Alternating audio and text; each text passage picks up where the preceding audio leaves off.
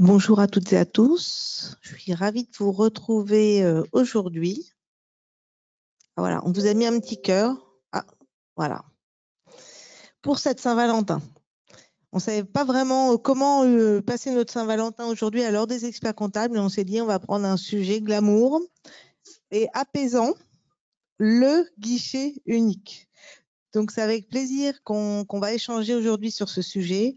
Je sais qu'il y en a qui rigolent pas du tout parce que c'est très, très compliqué dans la vie des cabinets. On est tous victimes de ce guichet unique. Donc en préambule, il n'y aura pas de langue de bois. On est tous conscients aujourd'hui que ça fonctionne pas ou que ça fonctionnait très très mal avant et que petit à petit ça s'améliore, mais que ça handicape tous nos cabinets. Ce que je vais vous proposer, donc je suis magnifiquement accompagnée de Lauriane Ricard, qui est peut-être Madame Guichet Unique qui connaît au mieux aujourd'hui l'utilisation. Donc Lauriane va nous faire une présentation pour nous expliquer aujourd'hui comment on s'en sort sur le guichet unique et quels sont en fait les plans B, les plans de secours, les plans de sauvegarde. Cette formalité, lorsqu'elle ne fonctionne pas sur le guichet unique, eh bien, on va aller sur le guichet entreprise ou on va passer par les CFE. Voilà. Ça va être très pratico-pratique pour que dans les cabinets, on ait le mode d'emploi de ce process qu'on sait tous aujourd'hui bancal. Et je remercie Louis Humeau d'être parmi nous, conseiller donc au sein de la mission interministérielle de simplification et de modernisation de formalités des entreprises et de la publication légale ou de finances publiques, qui a le courage de venir parce que non mais c'est vrai que c'est compliqué d'animer. On a fait pas mal de propositions à d'autres intervenants qui n'ont pas souhaité venir parce que à chaque fois vraiment c'est compliqué à vivre pour eux. Donc Monsieur Mo, vous verrez, connaît parfaitement le dossier. Il sait ce qui fonctionne, c'est ce qui fonctionne pas. C'est pas la peine de le convaincre. Enfin, si ça peut vous faire plaisir qu'il y a des dysfonctionnements, on le sait. Donc aujourd'hui, on est dans la construction, sous le signe de l'amour. On est dans la construction pour faire avancer nos pratiques dans les cabinets. Vous aurez, comme d'habitude, vous aurez les slides après. 2, vous aurez la possibilité de poser des questions. J'ai l'écran là devant, je vois toutes vos questions. Et une fois n'est pas coutume, à chaque fois que j'anime un rendez-vous en 50, je prends les questions au fil de l'eau. Là, je vais les laisser à la fin parce que si ça se trouve, vous allez poser des questions sur des thèmes que Lauriane va déjà exposer et va déjà peut-être nous dépanner sur 2-3 bonnes pratiques pour s'en sortir aujourd'hui quand nous avons les formalités de nos clients à faire. Voilà, juste en introduction. On a quelques statistiques d'utilisation. Je propose à Monsieur Humeau de nous les commenter. Donc, ces statistiques viennent de la DGFIP. Oui, donc bonjour à tous. Voilà, donc, pour vous dire qu'effectivement, le guichet unique a dû prendre son envol au 1er janvier 2023, qui marque surtout la fermeture finalement des CFE et des autres voies de transmission, et que très clairement, le guichet unique n'était pas prêt à gérer les modifications. Après quelques mois d'expérimentation des modifications, il ne nous paraissait pas possible de laisser le guichet unique seul gestionnaire. Donc à partir de là, une procédure de secours a été enclenchée immédiatement dès le démarrage pour faire en sorte que les formalités de modification ne soient pas totalement bloquées. Alors, il s'avère que cette procédure de substitution n'a pas été aussi réussie que prévu, puisqu'elle s'est basée sur le guichet entreprise qui a montré énormément de signes de faiblesse. Alors, on savait que le guichet entreprise n'était pas forcément l'outil adéquat et on ne l'avait pas retenu de toute façon pour mettre en place le guichet unique.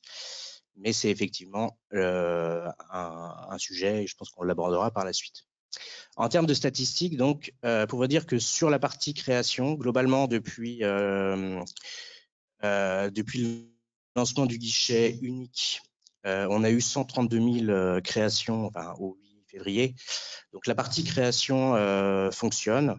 Elle est améliorable. Il y a beaucoup de choses encore à mener pour la rendre parfaitement parfaitement adéquate pour les professionnels et les différents utilisateurs. Et ça représente environ 80% de ce qu'on a l'habitude d'avoir au mois de janvier en termes de création d'entreprise. Donc, on suit un petit peu ces évolutions-là pour regarder. Donc, on a quand même un manque. On voit bien qu'il y a des dossiers qui sont soit bloqués, soit remis à plus tard en espérant qu'il y ait des améliorations. Et donc, on est en train de corriger cet aspect-là. Alors, en ce qui concerne tout ce qui va être modification et cessation, là, pour le coup, on est passé sur un mode alternatif qui passe par guichet entreprise. Alors, guichet entreprise a connu d'énormes difficultés techniques au début, et je pense que vous avez tous malheureusement rencontré et elles vous ont perturbé. Et là, pour le coup, on a globalement 35 à 40% des modifications qui passaient pour un mois de janvier normal. Donc, on a clairement un problème de traitement global des modifications. Il y a également le dépôt de compte. Donc, je pense que les experts comptables ont pas mal expérimenté. Et là, on voit bien également qu'à travers la nouvelle procédure guichet unique, on n'a pas un taux de satisfaction très élevé, avec beaucoup trop d'informations demandées notamment. Donc, il y a encore la possibilité de les déposer au greffe. Et on voit bien que cette voie papier est largement utilisée. En ce qui concerne l'assistance, donc là également un sujet important.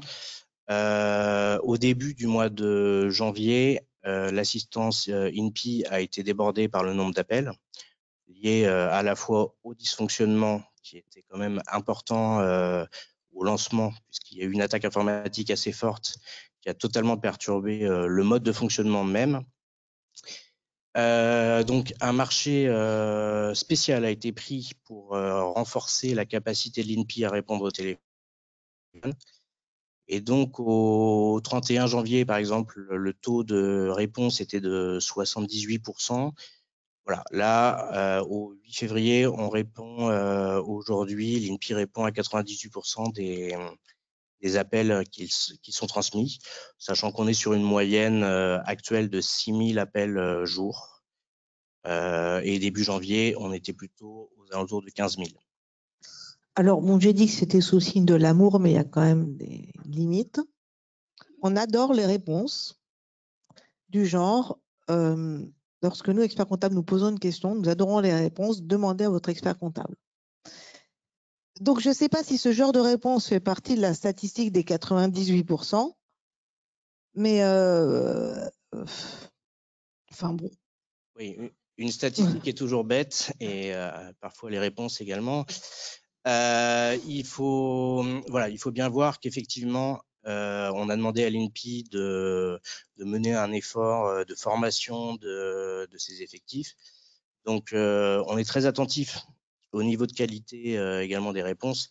Voilà. Aujourd'hui, déjà, on essayait de faire en sorte que les personnes qui appellent puissent avoir un conseiller et il y a un chantier également de cadrage des réponses, de fiches réflexes, d'informations. Donc, tout ça est en voie d'amélioration.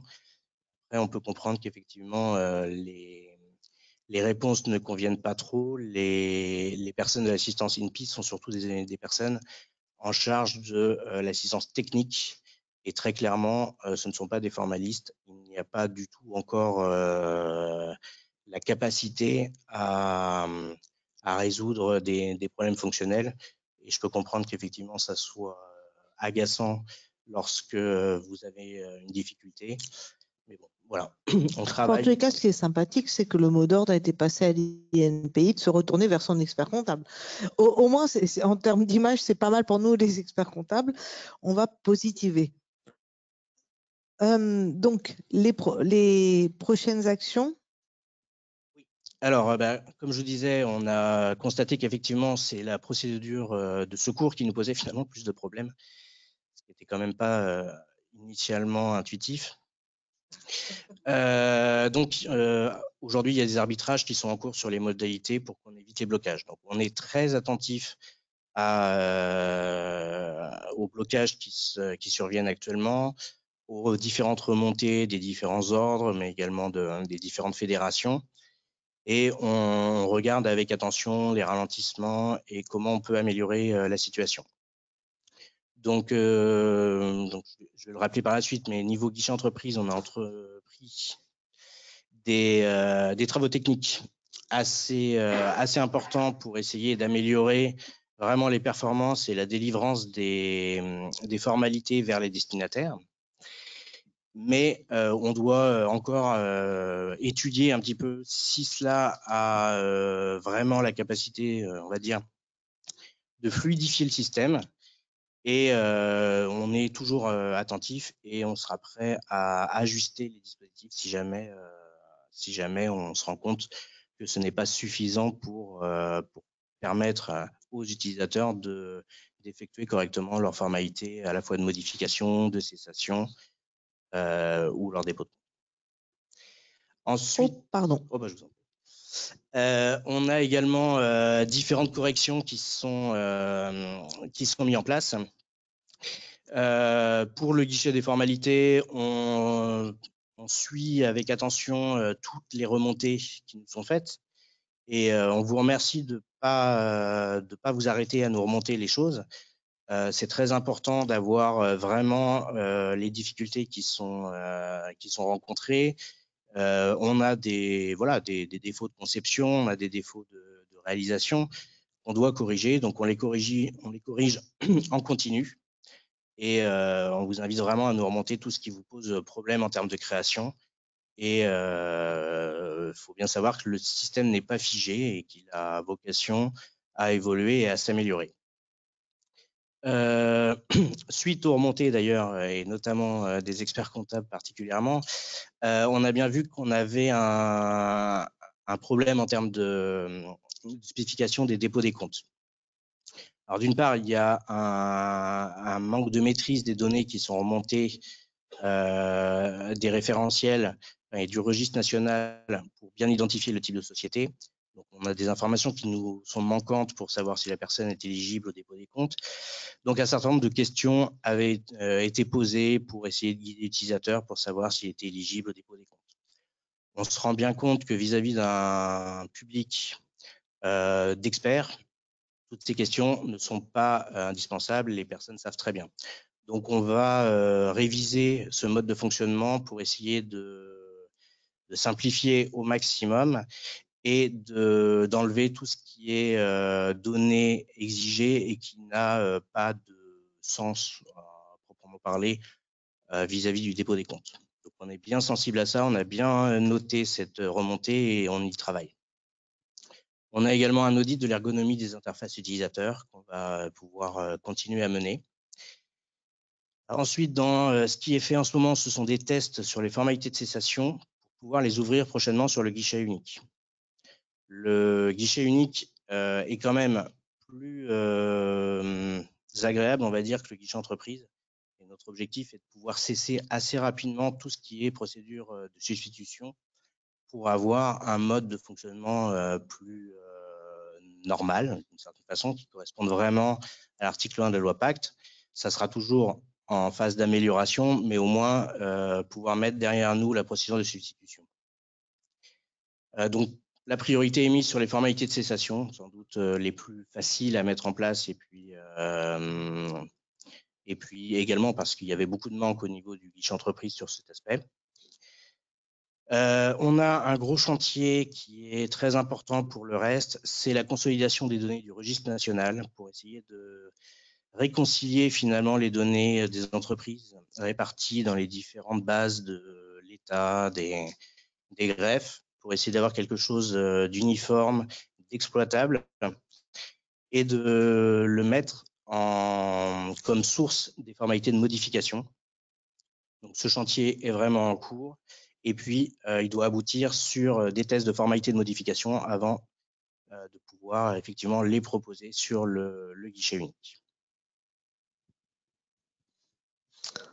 Donc, la cible. L'objectif prioritaire, comme je vous le disais, c'est de rendre le guichet unique d'une certaine façon, puisque ce n'est Mais il l'est, aujourd'hui pour le pas moment, le cas. il est vraiment. Enfin... et de le rendre le plus performant possible et de manière à ce qu'il n'y ait aucun blocage ou ralentissement dans la gestion des formalités. C'est quand même notre objectif. Donc la cible du gouvernement qui a été donnée à l'INPI est de tout mettre en œuvre pour que cela soit opérationnel en mars 2023 si les tests sont probants et si on arrive à démontrer qu'on peut effectivement faire fonctionner le guichet et avoir un résultat capacitaire suffisant. On a également d'autres chantiers qui sont en cours, donc bon, sans doute qui vous concernent moins sur les inscriptions d'office pour permettre finalement à l'ensemble des teneurs de registre ou des différents acteurs de pouvoir inscrire les informations sur le guichet de manière à synchroniser l'ensemble des registres. Notre objectif est vraiment d'arriver à un niveau où le registre national des entreprises, le SIREN et le RCS puissent être cohérents les uns avec les autres. Aujourd'hui, on se rend bien compte qu'on a des écarts énormes liés aux différentes voies d'immatriculation qu'il pouvait y avoir entre ces différents registres. On a également tout un chantier de dématérialisation et d'intégration dans le guichet unique des formalités des entités qui sont souvent appelées, et c'est assez horrible, non-entreprises. Donc, ce sont toutes les entités qui ont été définies comme n'étant pas directement visées par la loi Pacte, mais qui aujourd'hui passaient quand même par des formalités CFE. Donc, typiquement, les associations, on a des choses très spécifiques comme des groupements TVA, des contrats de fiducie qui aujourd'hui devaient passer par les CFE pour obtenir des numéros SIREN, mais qui n'étaient pas directement visés par la dématérialisation et par l'article 1 de la loi Pacte. Et puis, on a un chantier qui se fait en parallèle et qui est assez lourd, qui est la migration technique de la base SIREN, qui est en cours et qui est prévue en 2024 normalement, avec une évolution globale des modes de traitement de l'administration et d'alimentation d'entreprise. Alors, j'ai parcouru les questions. Donc, il y en a une, mais ça, je vous l'avais dit qu'elle serait posée hier, je vous avais préparé. Nous, on aurait adoré conserver un ancien système qui fonctionnait super. Par exemple, Infogreffe. Donc, je vous la pose, comme ça va peut-être en désénerver certains. Évidemment, nous pratiquants des formalités, on a du mal à comprendre comment on substitue un système qui fonctionne par un système qui fonctionne pas. Je comprends bien que c'est pas une volonté de l'État. On a adoré, pour positiver, on a adoré le prélèvement à la source qui s'est bien passé. On a adoré la DSN qui s'est bien passé avec les organismes publics, un peu moins en fait avec les caisses de retraite. Donc il y a des chantiers qui ressemblent un peu à celui-ci, qui ont bien fonctionné avant, la DSN il y a quelques années, après le prélèvement à la source, et là le guichet unique c'est compliqué. Vraiment pour nous, vous le savez, on a déjà échangé. Je n'attends pas forcément de réponse. Alors, on n'a aucune action chez Infogreffe, nous, lors des experts comptables. En fait, on est complètement impartial. On adorait avoir simplement quelque chose qui fonctionne. Et ce qu'on a du mal à comprendre, c'est pourquoi ne pas laisser temporairement un outil qui fonctionne et puis le substituer par un autre lorsqu'il fonctionne aussi. Et c'est peut-être ce qui s'est passé pour le prélèvement à la source. Je n'étais pas du tout dans les couloirs du pouvoir à ce moment-là, mais souvenons-nous, ça avait été décalé d'1 an. Bon, Oui, alors je vais faire une réponse on va dire en 3 temps. Il y a un premier temps qui pourrait être la question de savoir pourquoi Infogreffe n'a pas été la solution qui s'étendait. Infogreffe aurait pu être la solution utilisée, mais les greffes sont vraiment compétents sur le domaine société et commerce, et l'extension à l'ensemble des entreprises a été un choix politique de ne pas le mettre sur Infogreffe.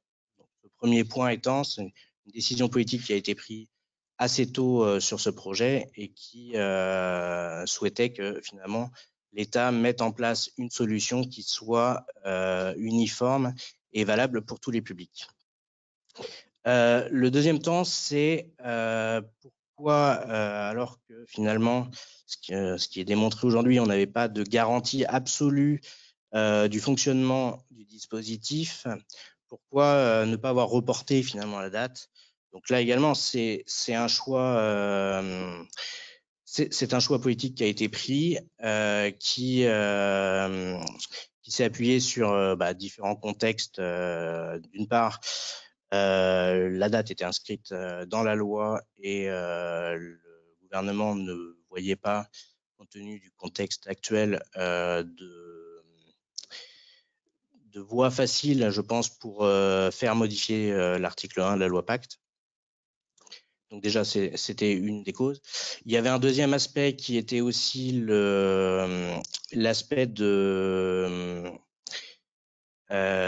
voies concurrentes et de constats. C'est-à-dire qu'il y a déjà eu différentes tentatives pour essayer de mettre en place les formalités et le guichet était ouvert en création à partir du juillet 2022, je crois.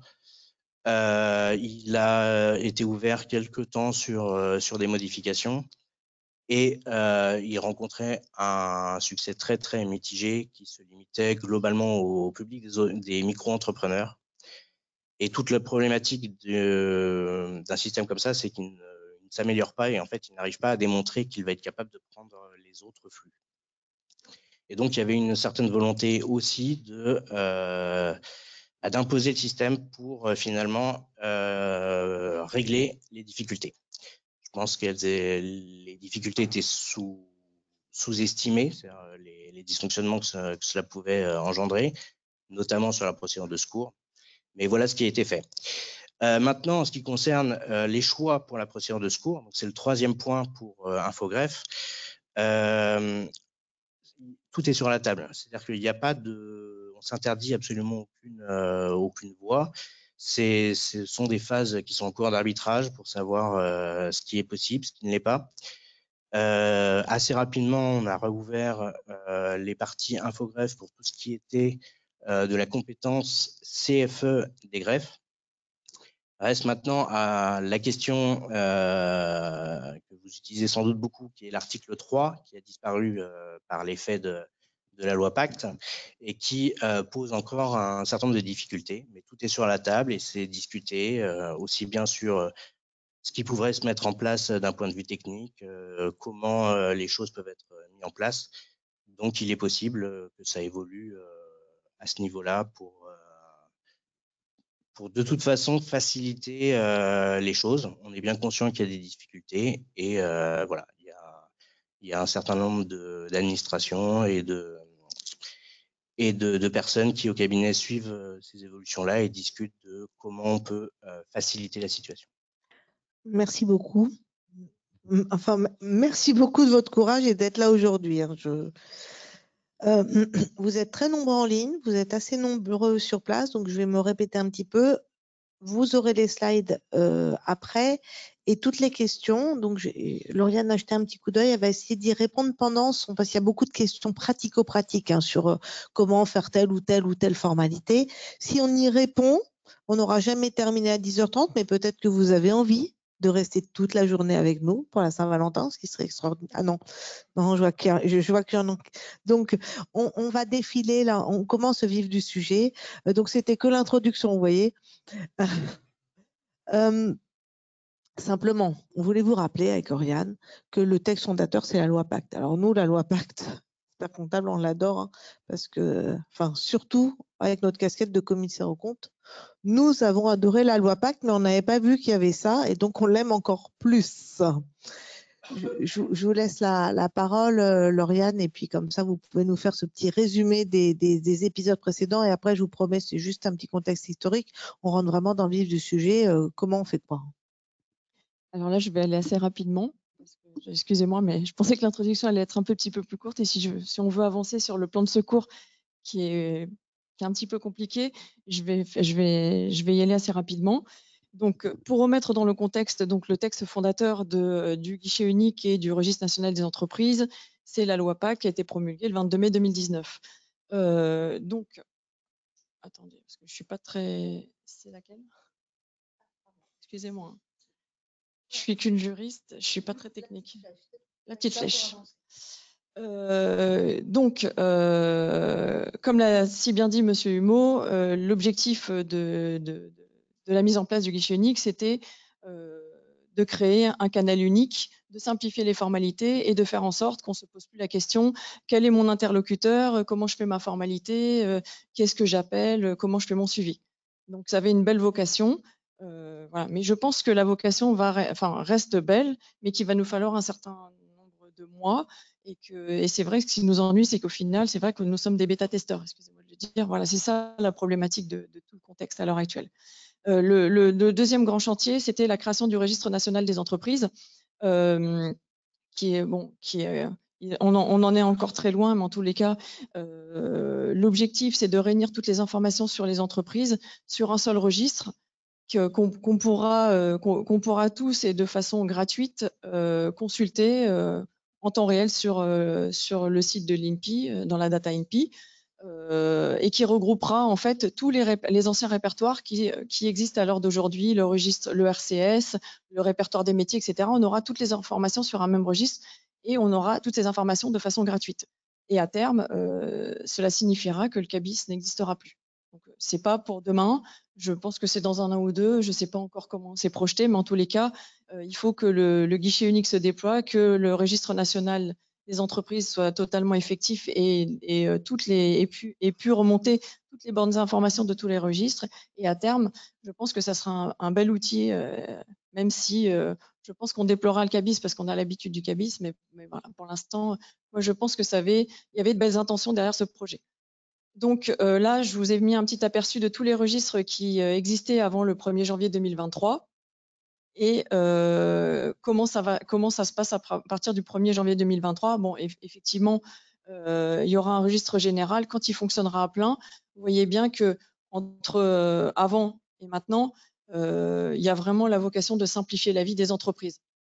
Donc, on n'y est pas encore, mais en tous les cas, c'est la vocation de demain. Ce sera de réunir toutes les informations sur les entreprises en un seul point d'accueil. On n'aura plus à aller sur le Sirène, on n'aura plus, enfin si, et ça existera toujours, mais on n'aura plus à aller chercher les informations à droite à gauche. On pourra aller directement sur ce registre. Donc voilà, le guichet unique, qu'est-ce que c'est? C'est un passe-plat. C'est simplement pour collecter les données, les actes, toutes les informations qui sont nécessaires à envoyer vers les valideurs. Donc, j'ai énormément de questions qui me disent oui, j'ai des rejets du guichet unique. Non, c'est pas le guichet unique qui fait des rejets, parce que le guichet unique n'est comme je dis, n'est qu'un passe-plat qui collecte les informations, les données, les actes et qui les transmet aux valideurs. Les valideurs, ce sont les valideurs juridiques qui ont été déterminés. Il y en a 3, les greffes, les chambres des métiers et MSA. Oui, c'est vrai. Voilà, oui, c'est vrai. Excusez-moi, mais c'est vrai qu'il y en a un peu moins, mais c'est vrai qu'on fait pour aller vite.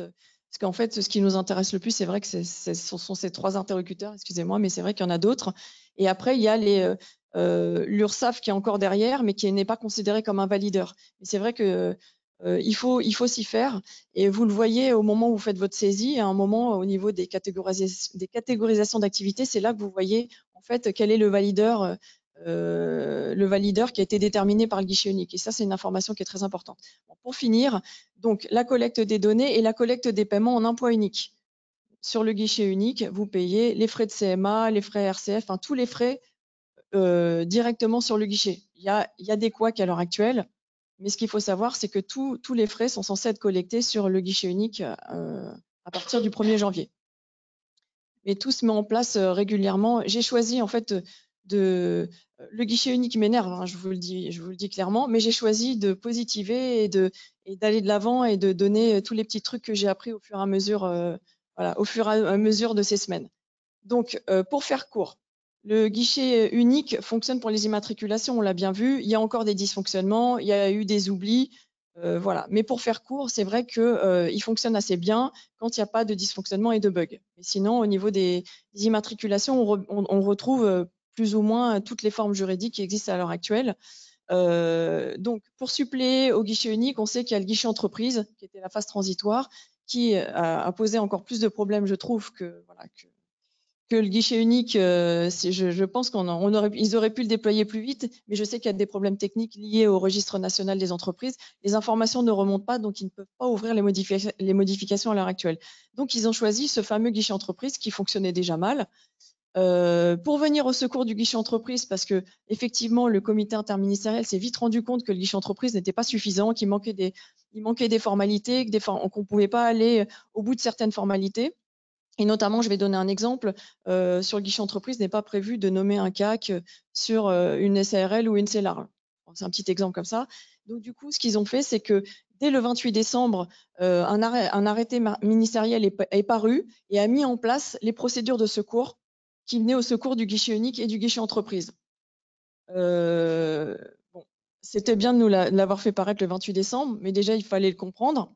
Il donnait la compétence aux anciens CFE qui allaient disparaître au 1er janvier de rester en fait dans notre panorama et de nous aider à réaliser les formalités qui n'étaient pas réalisables sur les deux guichets.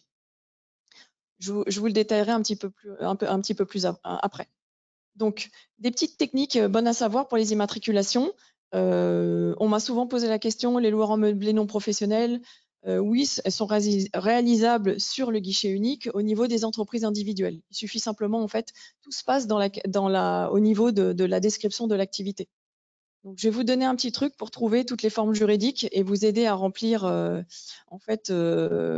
rapidement la phase détermination de la forme juridique.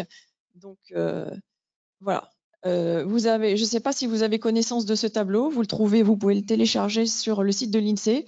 Il répertorie toutes les formes juridiques existantes à l'heure actuelle en France. Donc, il vous suffit de télécharger ce tableau sur le site de l'INSEE en tapant catégorie des formes juridiques sur le site de l'INSEE et de vous rendre sur le niveau de la catégorie 3. La catégorie 3, qui figure dans le classeur numéro 3, en fait, détermine toutes les formes juridiques qui existent à l'heure actuelle en France. Et en fait, ça va vous permettre de déterminer, de remplir votre saisie sur le guichet unique. Quand vous avez la maîtrise de ce tableau, quand vous le comprenez, vous êtes le roi du pétrole. Non, mais c'est vrai. Non, mais en fait, il est aisé. Au début, moi aussi, quand je l'ai vu, j'ai dit qu'est-ce que c'est que cette usine à gaz? Mais au final, vous vous rendez dans le classeur donc, numéro. Lauriane, là, dans une procédure de simplification pour le guichet unique, là, il faut qu'on aille consulter ce tableau-là sur le site de l'INSEE. C'est ça? Tout à fait. Alors, on ne l'a pas dans le guichet unique, celui-là. On non. peut peut-être demander à Monsieur Humeau si on pourrait peut-être l'avoir l'intégrer en menu déroulant quand on veut saisir un truc. Enfin... Alors, il est directement ce tableau-là précisément intégré en menu déroulant. Il nous a semblé un peu lourd pour être un seul menu déroulant. Et du coup, on a tenté de le structurer finalement avec des sous-catégories. Voilà. Et après, donc c'est effectivement le tableau de l'INSEE. Donc, ce sont les codes nomenclature qu'on doit utiliser, mais il n'est pas complet. Oui. Il a l'air très lourd. Il porte des choses absolument extraordinaires comme les paroisses hors zone concordaire. Mais à côté de ça, il en manque certaines qui ont été créées par la loi, qui existent, mais qui n'ont jamais été répertoriées. Donc, c'est en cours de discussion, notamment avec l'INSEE. On va revoir complètement cette liste de manière à ce que ça corresponde aussi à tous les besoins et qu'on puisse trouver certaines, par exemple, sociétés coopératives qui aujourd'hui ne peuvent pas être réalisées sous forme SASU, enfin ce genre de choses. On a bien tous les cas de figure et il y a encore un travail à faire sur cette liste. Et elle est traduite dans le guichet à travers des menus déroulants qui sont plus ou moins clairs et faciles. Mais voilà, oui, en fait, le guichet… Mais Lauriane, une SARL, une SAS, c'est facile? Ah oui, à trouver? Non, c'est facile. Ce qui est plus dur, on va prendre, je ne sais pas moi, si on prend une SPFP LARL, au début, je l'ai cherché vraiment longtemps. Je me suis dit mince. Et quand j'ai découvert ce tableau, je me suis dit mince, pourquoi j'ai pas eu ce tableau tout de suite? Je l'ai eu au bout de 15 jours. Mais bon, c'est pas grave, voilà, c'est comme ça. Elle est où là? En fait, il faut descendre. Alors, je vois mal d'ici, mais en fait, c'est vrai que c'est pas, ça pourrait être plus intuitif également. Hein. Mais en fait, on a ce qui est assez pratique. On va prendre la SNC. Je vais vous donner un exemple. Bon, on dit que vous avez des notions juridiques moyennes. Excusez-moi, hein, voilà, je sais que vous avez… C'est qui on?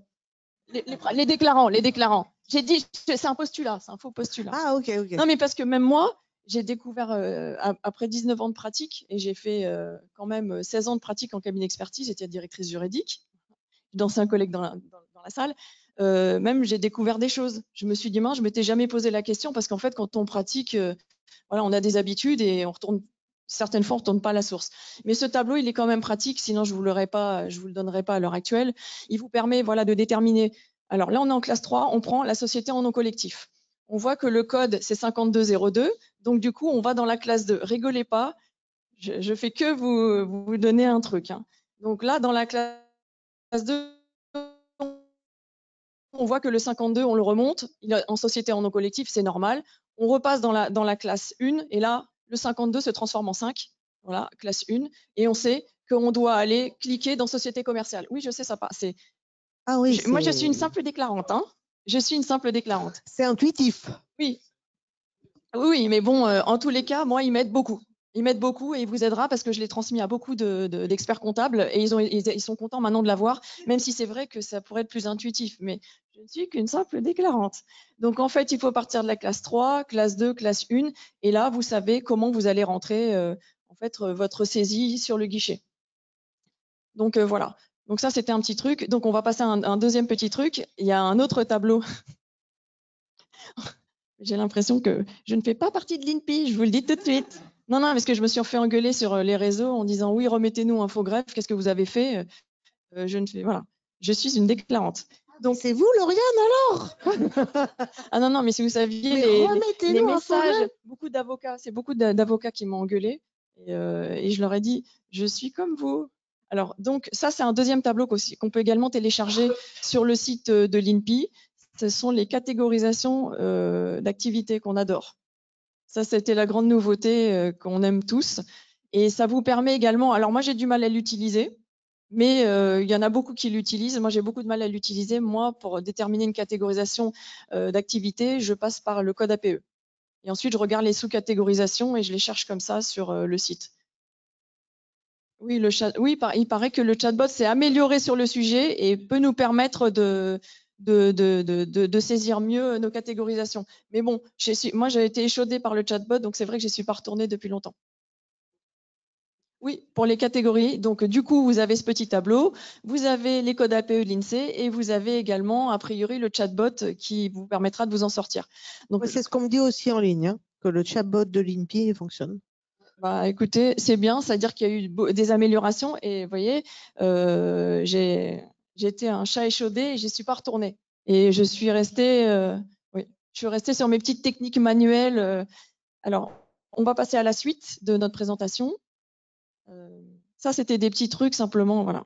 Donc, sur les immatriculations, ce que je vais faire, c'est qu'à la fin, à la suite de ce PowerPoint, je vous mettrai plein d'exemples de saisies sur des formes juridiques et des exemples de saisies sur des catégorisations, les holdings, les sociétés civiles immobilières, tout ce que j'ai trouvé et que j'ai fait un petit répertoire et comme ça, je l'envoie à tous mes amis experts comptables, avocats, notaires et ça leur permet d'aller plus vite. Donc, un petit point sur comment décrire l'activité. Donc, je vous ai donné ce petit tableau. Le chatbot peut vous permettre de décrire l'activité, mais j'ai beaucoup de questions. Le code APE n'est pas déterminé par la catégorisation d'activité. Donc, en fait, quand vous avez peur, vous faites votre saisie et que vous avez la trouille et que vous dites mince, il faut que je sois au plus juste, je suis en panique, j'avance pas dans mes dossiers parce que je n'arrive pas à trouver la bonne catégorisation d'activité. Je voulais vous rassurer, le code APE est déterminé par l'activité principale que vous allez remplir au-dessus de la catégorisation d'activité. Donc, du coup, ça, c'est ce que nous dit l'INPI. Donc, moi, pour moi, je suis partie du postulat que l'INPI nous disait la vérité. En tous les cas, le code APE n'est pas déterminé par la catégorisation d'entreprise. Ce qui est important quand vous remplissez votre catégorisation d'entreprise, d'activité, pardon, ne paniquez pas, faites au plus juste, essayez d'être le plus proche possible. Mais ce qui est intéressant, c'est l'information qu'il y a sous la troisième cartouche, c'est-à-dire quel est le valideur qui a été sélectionné. Si vous avez le bon valideur, moi, quand j'ai le bon valideur, si je sais que mon activité elle est artisanale et que je vois bien que c'est une activité artisanale, je suis rassurée, c'est bon, je valide mon activité et je passe à la page suivante.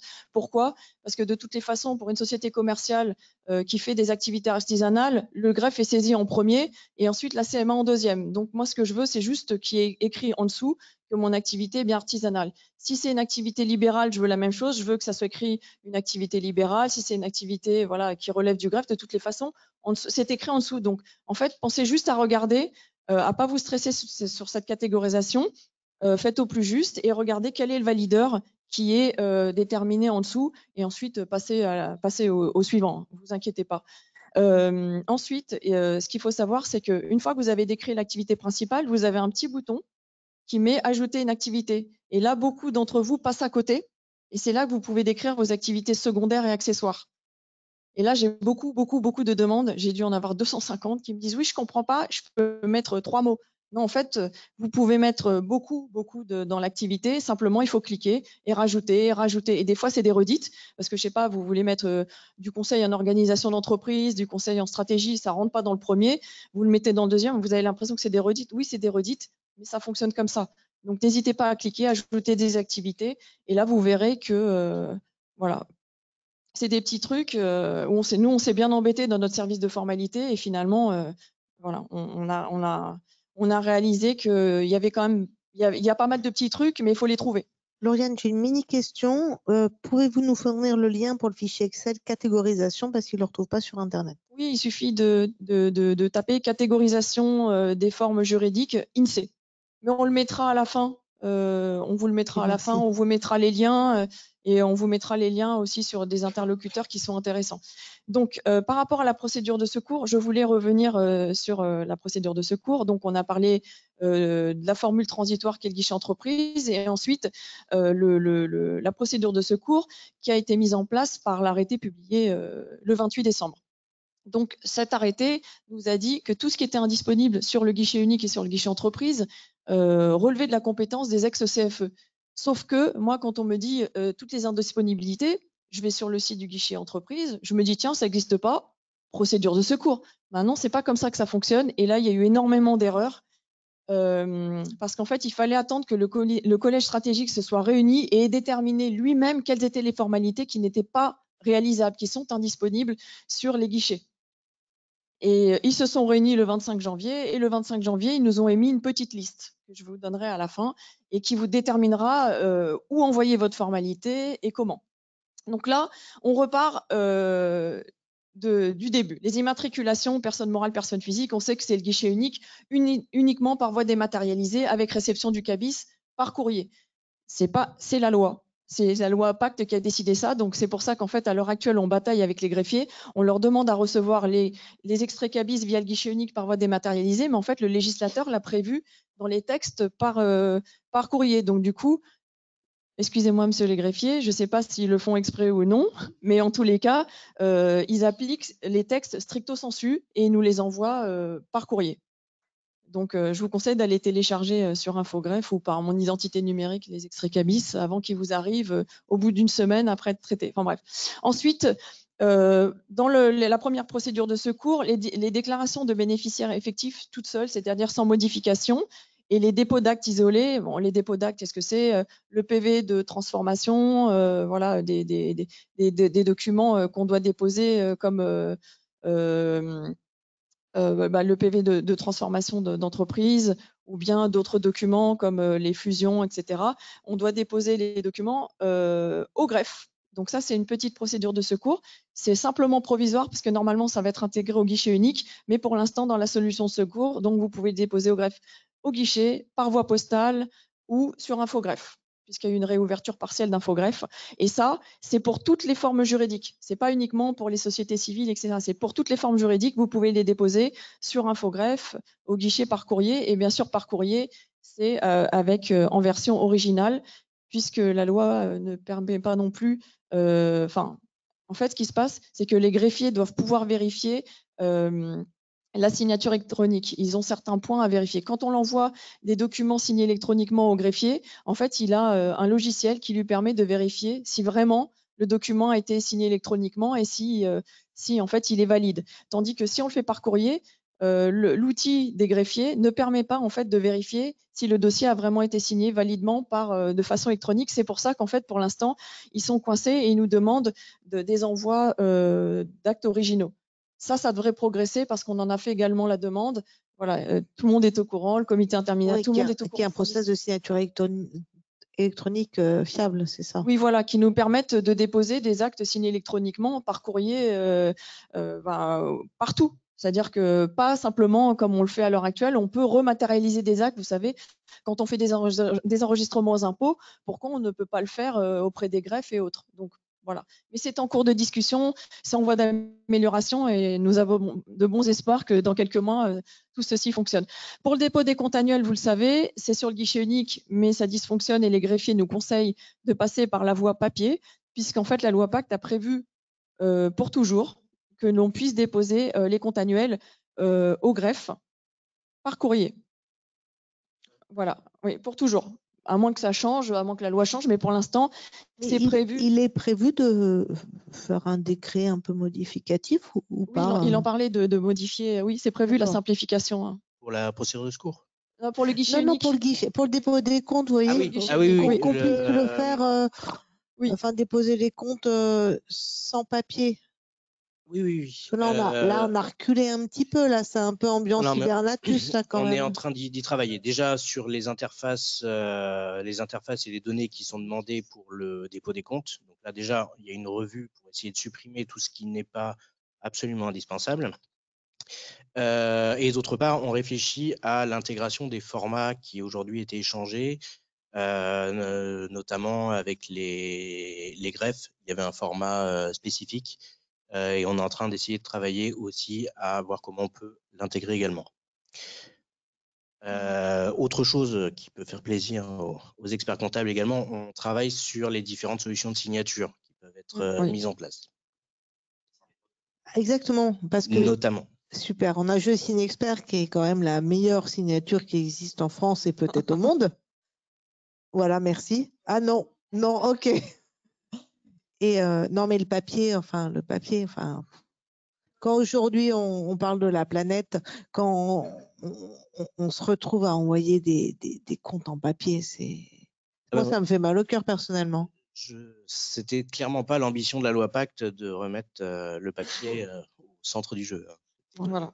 Il était tout dématérialisé, dématérialisé efficacement. Là, on est sur une procédure de secours. Mais on est en bonne voie puisque l'INPI nous promet de limiter la saisie sur les dépôts de compte. Alors, on me dit en ligne que c'est plutôt Chambersign qui est la meilleure signature électronique. Il fallait que j'en cite d'autres parce qu'après, j'aurais eu des problèmes avec la concurrence. Donc, je vous remercie de me recadrer. Donc, ensuite, procédure de secours. Donc, on connaît déjà le guichet entreprise qui avait vocation à permettre de réaliser toutes les modifications et les cessations d'activité. On connaît les dysfonctionnements qui se sont produits. Alors, pour répondre à beaucoup de questions, les dissolutions et les radiations sont possibles sur le guichet entreprise. Simplement, les chemins ne sont pas très logiques. Les dissolutions, où on les trouve facilement, et les radiations, en fait, je vous indiquerai le chemin à la fin parce que… comment ? Oui, on sait qu'elles n'arrivent pas au greffe, mais elles sont possibles sur le guichet entreprise et elles ne font pas partie du plan de secours. Donc, à l'heure actuelle, le seul moyen en fait de déposer des radiations, c'est de le faire sur le guichet entreprise. Mais c'est vrai qu'il y a un dysfonctionnement, on ne comprend pas pourquoi les radiations ne sont pas traitées à l'heure d'aujourd'hui. Nous, on a déposé, je ne sais pas, une centaine de dossiers de radiation. On a des cabis qui arrivent sur les modifications, sur des immatriculations. Et les radiations, on ne sait pas du tout ce qui se passe. En tous les cas, pour l'instant, la seule voie pour les déposer, c'est sur le guichet entreprise. Simplement, le chemin pour trouver la radiation est très compliqué. Franchement, il y a 4 étapes pour y aller. Et voilà. Et on ne doit pas du tout passer par, vous savez, il y a une liste qui est prédéterminée et on ne doit pas du tout passer par cette liste, on doit passer par mes formalités disponibles. Ensuite, engager mes formalités, taper radiation, cliquer sur la barre de recherche et là, on retrouve la radiation. En fait, nous, on l'a trouvée par erreur il y a 3 semaines ou 4 semaines. Et du coup, on l'a largement, je ne sais pas, j'ai dû répondre au moins à 250, même plus que ça. sur les radiations, je me suis dit, c'est fou, ils l'ont caché exprès, peut-être parce qu'ils savaient que ça fonctionnait pas. Parce qu'en fait, nous, ce qu'on ne sait pas, c'est que tout ce qui ne fonctionne pas, notamment les dépôts de compte et les radiations, enfin, qui ne fonctionnent pas, qu'on arrive à envoyer via les guichets, mais pour lesquels on n'a pas de récépissé ni d'extrait cabis de radiation, on se demande s'il va falloir les ressaisir. On n'a pas vraiment de réponse. On nous dit que non à l'INPI, que c'est pas perdu, que c'est pas dans la nature, que voilà. Mais en tous les cas, c'est le seul chemin que je peux vous indiquer parce que de toutes les façons, c'est pas prévu dans le plan de secours, sauf forcément pour les radiations, pour les sociétés civiles immobilières, enfin les sociétés civiles tout court, pardon, toutes les sociétés civiles, les sociétés d'exercice libéral, les GIE, GIE, on peut les déposer sur Infogreffe ou au greffe par courrier. Et sinon, effectivement, les radiations des autres sociétés, c'est via… Lauriane, vous pouvez nous redire le chemin pour les radiations? Et là, on me dit que les radiations, les traitements 1,5 à 2 mois. C'est pas faux, puisque nous, on a envoyé des demandes de radiation. Je crois que c'était ouvert vers le 13 janvier. Et là, on est le 14 février et nous, on n'a toujours pas de réponse sur les radiations. C'est-à-dire qu'on a envoyé beaucoup de dossiers et on n'a toujours pas de retour. On a interrogé à droite, à gauche. L'INPI nous dit, c'est pas perdu. Les greffiers nous disent rien. Voilà, c'est pas reçu, mais ils nous disent rien en fait. Voilà. Alors, le chemin oui, voilà. Vous pouvez nous redire le chemin? Alors, le chemin, c'est une fois que vous êtes sur mes dossiers, vous avez votre listing de dossiers, vous avez un bandeau bleu juste au-dessus de la liste de vos dossiers et à droite, vous avez mes formalités disponibles ou formalités disponibles. Vous cliquez dessus et ensuite, vous avez à nouveau 2 onglets et vous cliquez sur engager ma démarche ou ma formalité. Et une fois que vous avez cliqué dessus, en dessous, il y a une barre de recherche qui apparaît, vous tapez radiation, vous tapez entrée et là, tadam, vous avez les radiations. Voilà. On a une petite question dans la salle.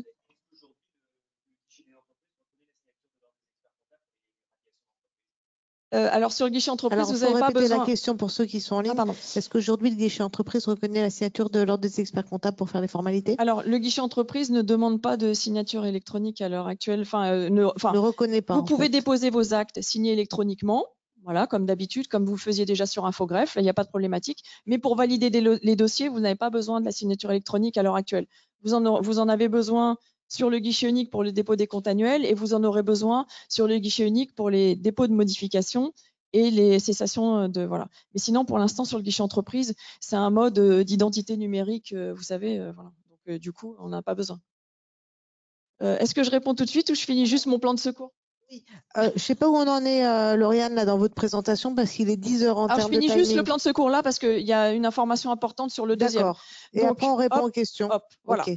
Alors, pour vous expliquer, le plan de secours, on l'a compris, pour Infogreffe, voilà, Infogreffe a réouvert partiellement. Vous pouvez déposer un certain nombre de formalités sur Infogreffe pour les sociétés civiles immobilières. Enfin, les sociétés civiles, j'arrête avec mes immobilières, les CEL, les GIE, GIE. Mais ce qu'il faut savoir, c'est que les modifications qui sont acceptées par la voie de secours, que ce soit sur Infogreffe ou que ce soit au CFE, c'est cette liste de modifications qui est acceptée. Parce qu'en fait, tout le monde croit que parce qu'Infogreffe a été rouvert partiellement, on peut faire toutes les formalités de société civile ou de GIE ou de CEL. Non, c'est la liste que je vous mets là qui est réalisable sur Infogreffe ou via les CFE. Donc, pour revenir vite fait sur la compétence des CFE, toutes les formalités que je viens de vous montrer, la liste que je viens de vous montrer derrière, ce sont des formalités qui sont dites indisponibles, infaisables sur le guichet entreprise. Et la liste que vous avez ici, ce sont les formalités qui sont réalisables là par cette voie de la procédure de secours. C'est-à-dire qu'on va prendre un exemple. Vous n'arrivez pas à réaliser une modification de dirigeant sur le guichet entreprise. Vous avez toujours la possibilité de le faire, même si c'est compliqué pour certaines, mais pour la plupart, on y arrive quand même. Mais vous avez quand même la possibilité de réaliser votre formalité. Imaginons que ce soit une société commerciale. On va prendre une SAS classique. Vous voulez nommer un nouveau président. Vous pouvez envoyer votre dossier à la chambre de commerce par voie postale, avec toutes les dérives qu'il y a derrière. Mais bon, c'est pas moi qui ai pondu ce plan de secours. J'ai déjà eu du mal à le comprendre, parce qu'en fait, si on m'avait pas donné cette liste, c'est Monsieur Godefroy le ménager, le chef de l'INPI, qui m'a transmis généreusement cette liste. Si j'avais pas eu cette liste, en fait, je ne savais pas. Pour moi, le plan de secours, c'est pour tout ce que j'arrivais pas à faire sur le guichet. Eh ben non, c'est pas vrai. C'est toutes ces formalités-là qui ne sont pas réalisables. Et si demain vous envoyez, on va prendre un exemple, vous envoyez un changement de dénomination au CFE pour une SASU, enfin oui, une SASU, au CFE de la Chambre de commerce, il va vous dire ah ben non, je suis pas compétent. Ben, c'est normal, ça fait pas partie du plan de secours. Donc en fait, il vous suffit de regarder cette liste, de remonter ici et de se dire ben voilà, j'ai je sais pas moi, une mise en sommeil de société commerciale à réaliser. Ben vous voyez que c'est à envoyer par courrier à la CCI. Après, avec toutes les dérives qu'il y a eu derrière. Alors, notre fameux commissaire aux comptes en SRL, là, on est où? Vous l'envoyez par courrier à la CCI, au CFE de la Chambre de commerce. J'ai un changement de siège social, je fais où? Alors, le changement de siège social, c'est un bon sujet parce que justement, nous, quand on voit, là, on regarde pour les personnes morales, déclaration de transfert d'établissement. Pour moi, je me suis dit, comme l'INSEE considère que le siège social est un établissement, donc logiquement, je dois pouvoir envoyer mon transfert de siège au CFE de la CCI. Eh ben non, on a eu des retours. Non, on ne prend pas les transferts de siège. Alors la problématique, c'est que est-ce qu'ils ne le prennent pas réellement? On n'en sait rien parce que chaque CFE, comme chaque greffe, fait un petit peu selon sa propre interprétation. Donc moi, pour moi, le transfert de siège, clairement, si on se base sur la définition de l'INSEE qui est reprise par le guichet unique, c'est-à-dire par l'INPI et par le comité interministériel, normalement, les transferts de siège, pour moi, transfert d'établissement, c'est pareil. Mais quand vous allez taper aux portes des CFE, il y a plein de CFE qui vous disent « Ah ben non, pour moi, un transfert de siège, c'est pas un transfert d'établissement. » Donc, concrètement, on peut pas le faire? Si, concrètement, vous pouvez le faire sur le guichet entreprise et recevoir le CABIS dans 2-3 semaines. Voilà, faut dire la vérité. Bon, en ce moment, j'admets que les formalités qui sont déposées sur le guichet entreprise, on les reçoit avant 2-3 semaines. Mais je veux pas donner de faux espoirs parce qu'en fait, nous-mêmes, on dépose énormément de formalités. Et il y a certaines fois où c'est un peu anarchique. Il y a certains greffes qui traitent plus vite que d'autres. On a énormément de rejets. Donc, du coup, je ne me permets pas de donner des délais. Mais en tous les cas, c'est vrai que ça a beaucoup rallongé les délais. Mais vous pouvez faire donc votre formalité de transfert de siège sur le guichet entreprise ou vous pouvez le déposer au CFE si le CFE ne vous blackboule pas parce que du coup, il peut dire « Ah ben non, moi je suis le CFE de Compiègne, ben moi je comprends pas ce texte de cette façon, donc je prends pas votre dossier. » Ce qui nous a été précisé par les greffiers il y a 2-3 semaines, c'était assez positif, c'est que imaginons que demain vous avez, je sais pas moi, une transformation de société et vous passez de URL en SASU et que vous dites « Ah ben en même temps, je veux changer de dénomination et je veux changer de dirigeant ». Les greffiers nous ont assuré qu'on pouvait déposer le dossier au CFE en totalité et pas se dire « Tiens, je dépose mon changement de dénomination sur le guichet entreprise et ma transformation au CFE ». Parce qu'il faut savoir, c'est que la transformation, elle est quand même ouverte sur le guichet entreprise. Mais ils nous ont ouvert cette deuxième possibilité parce que c'était compliqué de réaliser toute la formalité sur le guichet entreprise. Il y en a qui arrivent, il y en a d'autres non parce qu'il y a des spécificités. Dans tous les cas, les greffiers nous ont assuré que les dossiers multiples, à partir du moment où on a une des formalités qui figure sur cette liste, on pouvait déposer des dossiers avec multiples formalités. Simplement, c'était encore la même chose, c'est que les greffiers disent oui, mais est-ce que les CFE vont tout le temps appliquer? Parce qu'on a aussi eu des rejets des CFE qui disaient ah ben non, on n'est pas compétent parce qu'il y a plusieurs formalités, et il y en a qui ne rentrent pas dans notre champ d'activité. Et donc du coup, nous, ce qu'on fait, c'est qu'on leur envoie carrément la liste que nous a transmis le l'INPI en leur disant bah si, vous êtes obligés. Et à ce moment-là, nous, on fait un email aux greffiers. Je sais que ça fait beaucoup de travail, hein, mais nous aussi, on est restreint au même, enfin, on a les mêmes contraintes. On écrit au greffe et le greffe nous répond de temps en temps oui, de temps en temps non, ils ne répondent pas. Et quand ils nous disent bah oui, effectivement, on prendra le dossier, et ben du coup, le CFE prend le dossier. Donc c'est vrai que ça fait une usine à gaz à l'heure actuelle. En plus aussi des dérives des CFE qui nous font payer des frais entre 70 et 125 €. Non, mais ça, c'est vrai.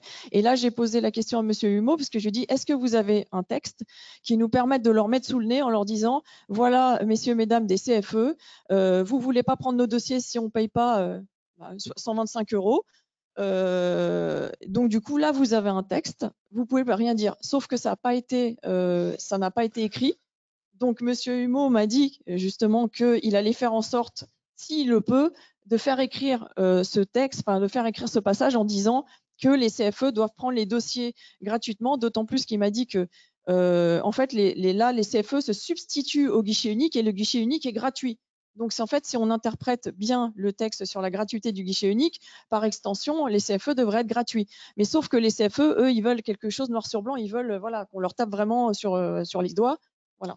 Oui, et juste pour signaler, le cabinet a donné une instruction écrite au réseau pour que ce principe de gratuité du dépôt d'une formalité en procédure de secours soit effectivement gratuit. Donc, c'est vraiment une volonté très claire.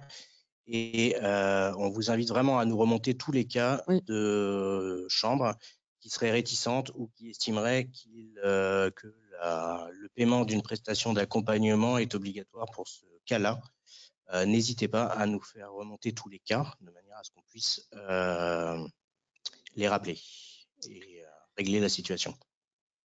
Donc sur la signature électronique, je voulais passer un petit peu sur la signature électronique parce qu'on a eu énormément de demandes également. Parce que ça inquiète beaucoup de personnes. Bon, pour l'instant, c'est pas un gros sujet parce qu'effectivement, comme le guichet unique n'est pas totalement déployé, on n'a pas vraiment à utiliser la signature électronique qualifiée, sauf pour les dépôts de compte. Parce que les dépôts de compte, normalement, on doit signer la synthèse avec un outil qualifié. Mais après, il y a une autre voie. Mais normalement, je n'ai pas le droit d'en parler parce que c'est une voie qui a été... Enfin, normalement, la voie que vous avez indiquée, Je signe expert, c'est-à-dire pour utiliser votre outil Je signe expert pour signer sur le guichet unique, il vous dit d'aller vous identifier numériquement, c'est-à-dire d'aller sur le site de la Poste ou bien vous téléchargez l'application, vous enregistrez votre identité numérique, vous venez la synchroniser sur France Connect Plus à partir du guichet unique, vous synchronisez les deux, votre identité et le guichet unique. Et à partir de ce moment-là, vous n'aurez plus à signer vos synthèses et en fait à être obligé de signer toutes les synthèses pour les modifications, pour les cessations et pour les dépôts de compte. Simplement, le chef de l'INPI nous a quand même précisé que cette voie qu'on utilisait pour Je signe expert était prévue normalement pour les simples déclarants, les entrepreneurs. Donc nous, professionnels, on l'utilise parce que sinon c'est trop compliqué. Mais à terme, je ne sais pas si on aura le droit de l'utiliser tout le temps et ça pourrait donner aussi lieu à des rejets. Parce qu'en fait, Alors là, on on va prendre la question de monsieur qui trépigne depuis tout à l'heure. Désolé, mais parce que c'est le sujet sur la signature notamment. J'ai été obligé d'envoyer une lettre recommandée au directeur de l'INPI parce que l'INPI, sur le guichet unique, refuse une signature qualifiée si le certificat est émis pas par un prestataire français, mais par un prestataire européen pourtant qualifié. Donc déjà, monsieur Humeau, est-ce que c'est normal que la loi qui explique qu'il faut une signature avec certificat qualifié ne soit pas appliquée? Parce qu'on dit certificat qualifié français. Ça, c'est la première question. Et sur les dépôts des comptes, deuxième question, s'il y a un point positif avec le guichet unique, c'est que les API fonctionnent très bien. Donc nous, on a réussi à déposer et signer des comptes via API, donc en évitant toutes les questions inutiles du portail web. Par contre, ce qui est un peu plus gênant, c'est qu'une fois qu'on les a déposés, on n'a aucune indication pour savoir qu'est-ce que le greffe en fait, est-ce qu'il les a reçus ou pas. Donc ça, c'est la deuxième question sur les dépôts des comptes. Merci. Oui. Alors, pour la première question, on a effectivement des injonctions un peu contradictoires en termes de sécurité sur la reconnaissance de certificats acceptés et la loi qui impose qu'effectivement les certificats européens devraient être acceptés. On est en train de travailler justement sur ces définitions et sur la mise en place de solutions pour intégrer effectivement plus de certificats et voir comment on peut résoudre en fait ces deux niveaux de sécurité et de légalité en fait, puisqu'effectivement les certificats qui sont qualifiés dans d'autres pays peuvent être tout à fait valables, mais ne sont pas forcément mis à jour sur le site de l'ENSI qui doit également les répertorier et s'en assurer. Voilà, donc pour ce premier point, Alors, concernant le second point, donc c'était pour les dépôts de compte. Alors, on est un système multiple avec différents acteurs. L'INPI a beaucoup de travail, mais n'est pas responsable de tout. Et pour le coup, le dépôt des comptes, là, c'est plutôt avec les groupements informatiques des greffes qui n'ont pas encore totalement implémenté la solution. Donc, les dossiers s'accumulent un petit peu en sortie d'INPI, mais ne sont pas intégrés par les greffes qui voilà, participent à ce projet aussi, mettent en place leurs solutions et doivent se faire. Donc, effectivement, aujourd'hui, ce qui est déposé à l'INPI n'est pas forcément intégré immédiatement auprès des greffes. Donc là, c'est en cours. Pour le coup, là, on n'a pas forcément la main technique avec l'INPI parce que là, c'est plus avec les greffes qu'on doit travailler sur le format d'échange et ce genre de choses. Voilà. En termes de respect par les sociétés de leurs obligations légales, le fait qu'on les a déposées sur le guichet unique avec la date de dépôt, ça suffit à dire on a respecté l'obligation. Oui, de toute façon, ça, c'est un principe qui va être rappelé, y compris pour toutes les modifications ou ce genre de choses. On est en train de discuter effectivement avec les greffes pour uniformiser la pratique, de manière à dire que c'est la date de dépôt qui compte et qui fait foi et qu'il ne peut pas y avoir de hors délai, de choses comme ça, si la formalité a été déposée à temps. On essaye d'internaliser la responsabilité finalement de l'administration de manière générale. C'est normalement la date de dépôt qui compte et ce n'est pas la date à laquelle ils sont traités. Oui, mais pour l'instant, c'est pas du tout le cas. Hein. C'est pas du tout ce que nous disent les greffes. On a effectivement cette divergence de point de vue avec les greffes, mais qui doit... À cause notamment avec certains greffes d'ailleurs. Vous savez, de la loi, enfin, c'est l'article, je sais plus, je crois que c'est 123, je sais plus combien, qui dit que on doit déposer la formalité dans le mois qui suit la signature des actes. Et il y a plusieurs greffes qu'on ne va pas citer, je ne vais pas les pointer du doigt, mais qui appliquent la multiformalité en cas de dépôt au-delà du mois. Et du coup, on a posé la question et ils nous ont répondu, mais nous, on applique textuellement la loi et nous, la date qui compte pour le début des formalités, c'est la date de réception au greffe. On s'en fiche que le guichet unique, que ça soit bloqué sur le guichet, que ça soit transféré en 48 heures, en 50 heures, en une semaine, on s'en fiche. Pour nous, la date qui compte, c'est la date de réception. Donc là, il y a eu effectivement beaucoup de couacs et de problématiques. Tous les dossiers de début janvier étaient coincés et sont restés coincés 3-4 semaines sur le guichet entreprise. Et on leur a demandé est-ce que vous allez être clément. Ils ont dit non, nous, on est là pour appliquer la loi. Donc du coup, la loi, c'est à partir du délai de réception au greffe. Et donc du coup, ils ont simplement allongé les délais d'injonction. Maintenant, quand les clients en ce moment reçoivent des injonctions, c'est plus 1 mois, c'est 3 mois. Mais bon, voilà, sur le reste, en fait, on a des invalidations au bout de 15 jours. C'est-à-dire que même des textes qui étaient appliqués largement avant, maintenant, ils sont appliqués strictement parce que les greffes veulent se protéger ou bien pour d'autres motifs. Mais en tous les cas, voilà, on a énormément d'invalidations. Moi, pour la première fois de ma vie, j'ai une invalidation sur une immatriculation. J'ai failli être en PLS au cabinet. J'étais là, ah non, c'est pas possible. Mais non, mais 19 ans de pratique et ma première invalidation d'immatriculation, ça m'était jamais arrivé. Le dossier était coincé sur le guichet unique. J'ai remonté l'information au chef de l'INPI. Je lui ai dit, je vous en supplie. Et il a tout fait pour débloquer ça. C'est resté bloqué plus de 15 jours. J'ai été invalidée. J'ai attendu 48 heures pour que l'INSEE supprime le numéro de sirène, parce que vous savez, maintenant, le sirène, quand on fait une immatriculation, est attribué tout de suite. Et du coup, moi, je me suis dit, je vais laisser un délai de 48 heures pour que l'INSEE supprime le numéro de sirène qu'elle a attribué à ma société qui a été invalidée. Et j'ai redéposé le dossier. Parce que ça, je sais que ça a eu une belle évolution. Et ça, je pense que on m'a dit que c'était grâce à vous. Avant, quand en fait, on avait une invalidation sur le guichet unique, il fallait attendre un certain délai, je crois que c'était jusqu'à 10 jours pour que le numéro INSEE qui avait été attribué soit annulé et qu'on puisse redéposer la formalité d'immatriculation parce que la société existait déjà au niveau de l'INSEE. Donc là, je sais que ça a évolué. J'ai redéposé mon dossier en rallant, mais en tous les cas, maintenant, c'est possible de le déposer assez rapidement. Mais voilà. Il y a monsieur qui veut poser une question depuis très longtemps. Voilà. Juste pour ceux qui me réclament les slides, bien évidemment, vous aurez les slides à la fin. Lauriane, il y a une super grande question. Je peut-être après la monsieur, laisser. parce que pour être juste, non, mais monsieur va dire sa question, mais je vous laisse la très grande question là qui semble très. Voilà. C'est de l'ordre de la saisie sur le guichet unique pour un dépôt de compte, pardon. C'est une petite blague. La question est énorme. C'était la petite blague parce que nous, ça nous a bien fait râler le dépôt de compte.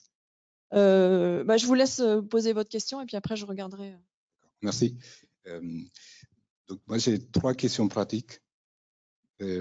Justement, ça concerne la première question, ça concerne le dépôt des comptes annuels, dépôt électronique. Comment je dois faire pour pouvoir signer le document de synthèse? Parce que à chaque fois que j'essaie de faire un dépôt électronique, j'arrive pas à passer cette étape de signature électronique et j'arrive pas à signer le document de synthèse.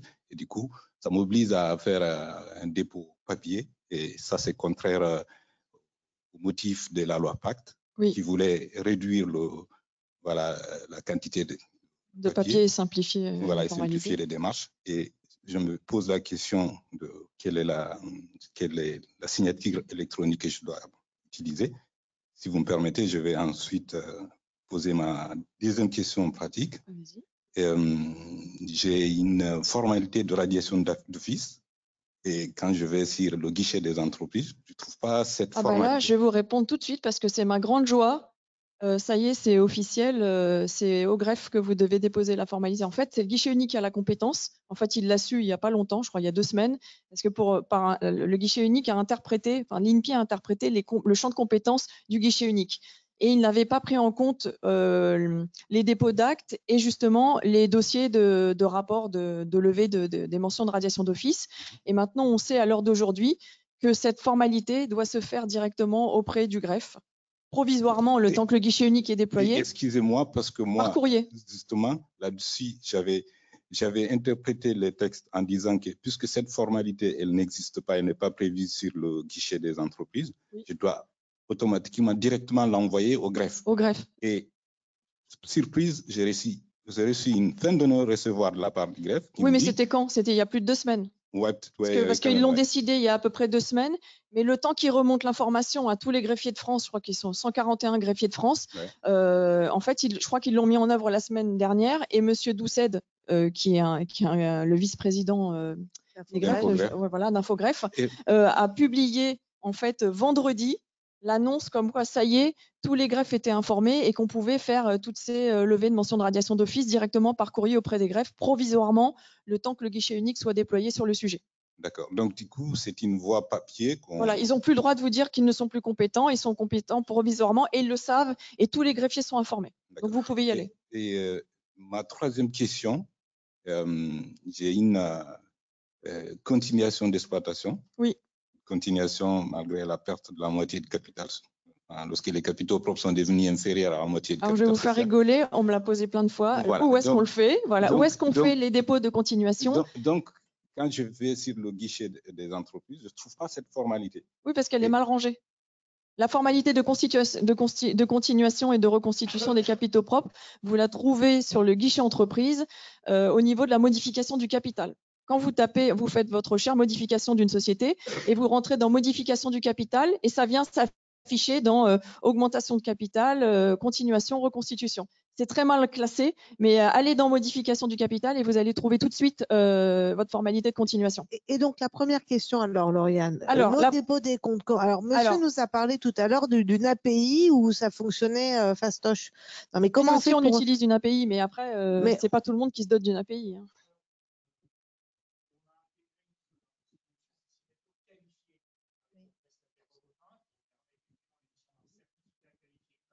Ah oui, oui, merci de nous gratuitement.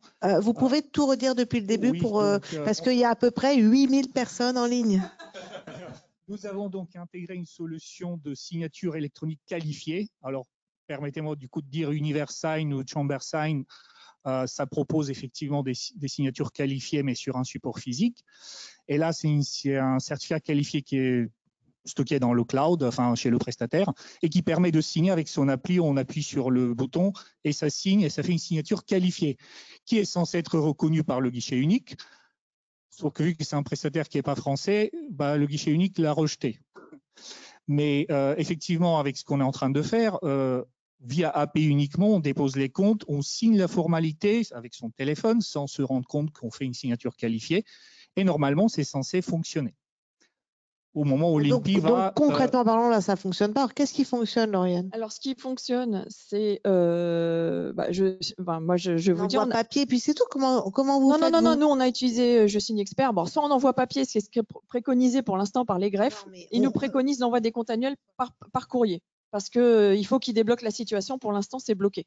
Alors, pardon, quand ils reçoivent par courrier, donc il y a des gens qui les scannent? Oui, comme avant. Comme avant. Oui, il y a des gens qui scannent et puis qui saisissent et on reçoit le récépissé d'ailleurs assez rapidement. On a fait le test. Mais en tous les cas, voilà, quand vous êtes sur au niveau de votre saisie, vous avez la synthèse qui apparaît pour le dépôt de compte. Vous téléchargez votre synthèse, vous mettez sur votre logiciel. Alors, ça veut dire quoi quand on est au niveau de la saisie? Là, vous êtes en train de nous dire qu'il faut remplir tous les champs Oui. avec le chiffre d'affaires et tout le bazar, là? Oui, mais je parle Non, pour mais- monsieur. Monsieur, il a eu le courage, il l'a fait. Voilà, il a été jusqu'au bout, il a fait toute sa On va pas saisie. ressaisir tous Il a nos mis comptes les dans 15 000 trucs. documents, dont plein de documents, des pages blanches ou 2 fois l'extrait Donc, d'affectation. monsieur, ça 3 vous a fois. pris 20 minutes de tout remplir? Voilà. Voilà. Donc, du coup, il.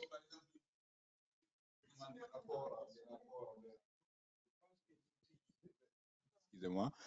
Ça prend énormément de temps. Moi, Oui, d'habitude, avec Infogreffe, c'est peut-être 15 minutes pour déposer, même pas 15 Quand minutes. on comprend 10 la minutes. question. Quand Oui. on comprend la question. Oui. Et avec guichet unique, ça peut me prendre 1 heure. Donc, en fait, vous avez rempli tout ça Oui. Voilà. et à la fin, on n'avait pas réussi à les envoyer, Non, à ça la fin, il y a une fonctionnait pas. synthèse. Il y a une Ouais, synthèse à signer Voilà. électroniquement et j'arrivais pas à signer cette synthèse électroniquement.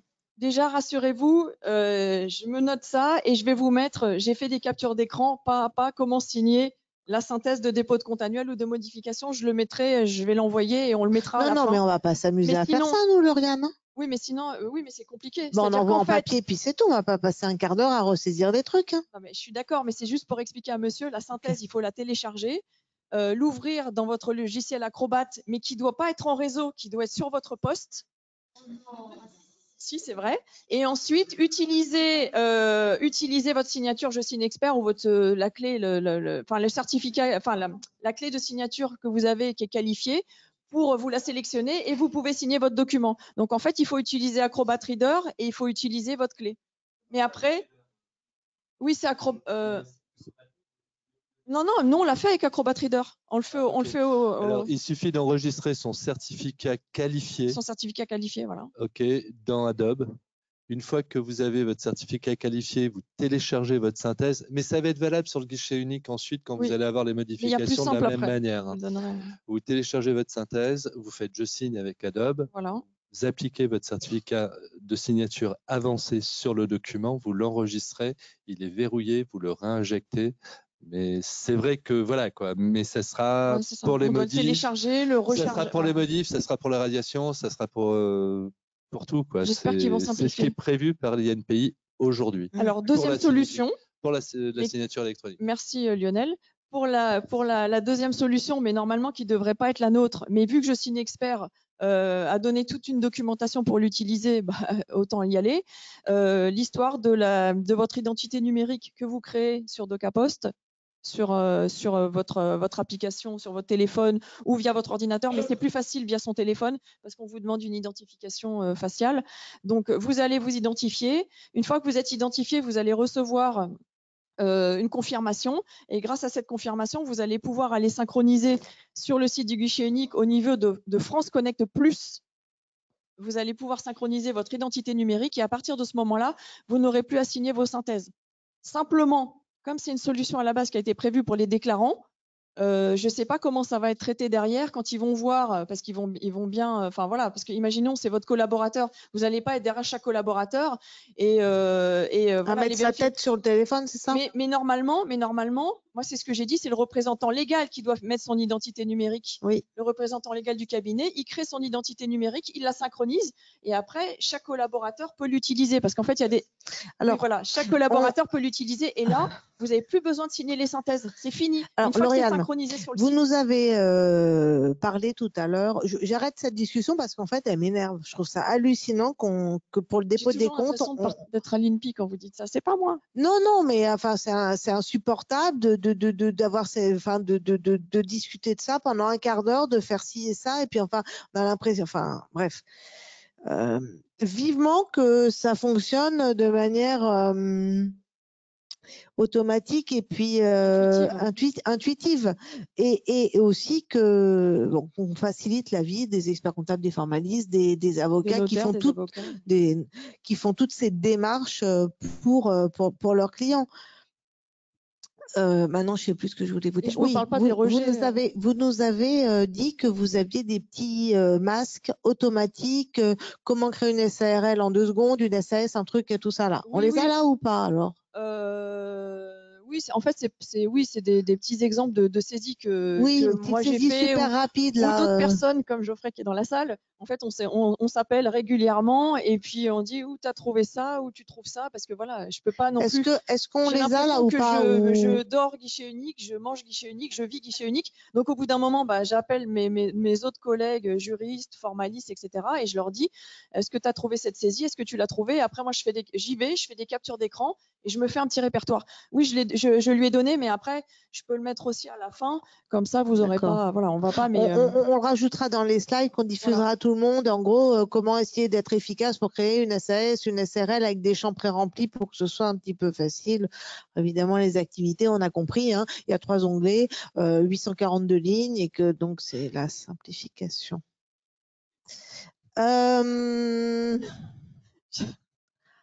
Donc du coup, bah, voilà, j'attends des questions. Bon, la plupart, c'est sur les dépôts papier, on s'insurge. Sur les signatures électroniques, on s'insurge. Mais moi, je suppose que de toutes les façons, tout ça, ça va évoluer. Sur les dépôts papier, je pense que les signatures électroniques seront autorisées. Mais au moment où le guichet unique sera déployé, je suppose, excusez-moi de le dire, mais c'est vrai que tout est à rebours. Et en fait, quand on nous donne des solutions, finalement, le guichet se déploie. Je sais que normalement, sur le guichet unique, on nous a promis depuis la semaine dernière que seraient déployées les 10 solutions et radiation. Donc normalement, cette semaine, on devrait avoir les 10 solutions radiation ouvertes et qu'on ne serait pas des bêta-testeurs, que ça aurait été déjà testé en interne. Donc on attend avec impatience les 10 solutions radiation sur le guichet unique. Voilà, donc normalement, c'était prévu depuis une semaine.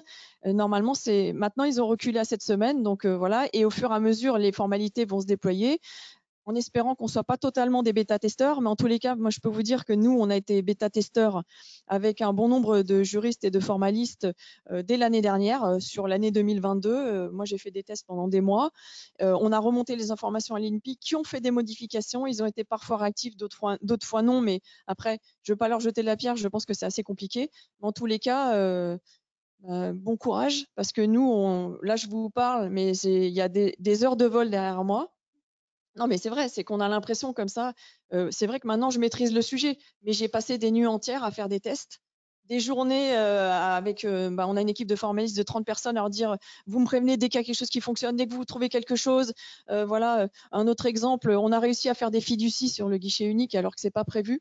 Dans le FAQ du guichet unique, on nous dit que la fiducie est exclue du guichet unique et nous, on en a fait 4. Bah voilà, c'est des petits exemples. Je sais que ça va évoluer, mais du coup, moi, je demande sans arrêt des remontées d'informations de mes formalistes, nos clients, parce que nous, on fait des annonces égales. On est à la base, c'est Affiche Parisienne. On est des annonceurs, voilà. Donc, du coup, ils nous remontent les infos et nous, on remonte au comité. On inonde le comité interministériel de remontées pour leur faire remonter les demandes, les vôtres et les demandes de vos clients et également l'INPI. Il nous reste 2 minutes, Lauriane. On n'a pas des slides après parce que là, moi, j'ai plus le contrôle, j'ai pas la zapette, j'ai plus rien. Mais ça s'est dit au fur et à mesure. Voilà, les immatricules, tout ce qui fonctionne, mais on l'a déjà vu, ouais. Sous réserve à chaque fois, parce qu'en fait, à chaque fois, je vous dis, ça fonctionne, on fait comme ci, on fait comme ça, mais à chaque fois, sous réserve qu'il n'y ait pas de bug, qu'il n'y ait pas de dysfonctionnement. Je sais, les procédures de secours, ça fonctionne, mais en même temps, ça fonctionne pas parce que les CF nous font des mesures de rétorsion, ils veulent qu'on. Enfin, voilà. Donc du coup, c'est très dur en fait pour l'instant de faire une conclusion. Mais en tous les cas, moi, ce que je constate, c'est qu'il y a beaucoup d'améliorations.